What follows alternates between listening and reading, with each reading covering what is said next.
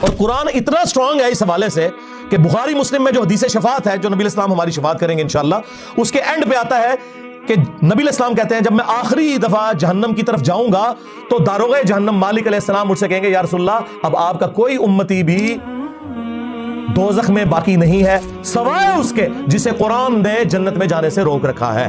قرآن جب روک لے گا نا تو کوئی نہیں بچا سکتا۔ یہ ویسے شعر ہے، خدا کا پکڑا چھڑائے محمد، محمد کا پکڑا چھڑا کوئی نہیں سکتا۔ کتنا یہ ظلم کر رہے ہیں، اللہ اور رسول کا مقابلہ کروا رہے ہیں، نعوذ باللہ۔ اور بخاری مسلم میں لکھا ہے کہ یا رسول اللہ قرآن نے روک لیا ہے، اب آپ کی شفاعت بھی ان کے کام نہیں آئے گی جن کو قرآن نے جنت میں جانے سے روک لیا ہے۔ اور قرآن نے کن کو روک لیا؟ انہ من یشرک باللہ فقد حرم اللہ علیہ الجنہ ومأواہ النار وما للظالمین من انصار۔ بے شک جو کوئی بھی اللہ کے ساتھ شرک کرے گا اللہ نے اس پہ جنت حرام کر دی ہے، اس کا ٹھکانہ جہنم ہے، وہاں اس کا کوئی مددگار نہیں ہوگا۔ قرآن نے جنت حرام کر دی ہوئی ہے۔